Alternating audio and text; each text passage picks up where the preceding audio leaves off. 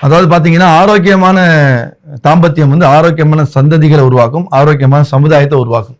ஒரு தாம்பத்தியங்கிறது ஒரு ரூம்குள்ள செய்யறதுனால அது வந்து மறைவான விஷயம், அதை பத்தின நாலேஜ் எல்லாம் தெரிஞ்சுக்க கூடாது சொல்றதெல்லாம் தப்புங்க. யாரா இருந்தாலும் சரி அதற்கான தகுதியான அறிவுகள், அந்த நாலேஜ் அறிஞ்சு கொள்றது ரொம்ப அவசியம்.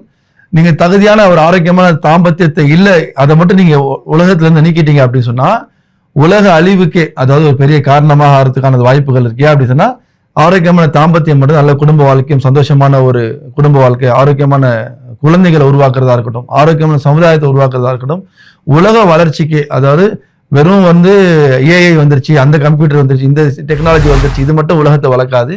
நிச்சயமாக ஆரோக்கியமான தாம்பத்தியத்துக்கு அது பெரிய பங்கு, கிட்டத்தட்ட 90% பங்கு இருக்குன்னு சொல்லலாம். அவ்வளவு பெரிய நல்ல விஷயம் இந்த ஆரோக்கியமான தாம்பத்தியம். அதனால அதை விட்டு நம்ம வந்து ஒரு ஓரமா போய் அதை தவிர்த்துட்டு நம்மளால வாழ்ந்துட முடியும்னா அது நிச்சயமா நடக்காது. அதனால அந்த ஆரோக்கியமான தாம்பத்தியத்தோட தான் நம்மளோட எல்லா உலக வாழ்க்கையும்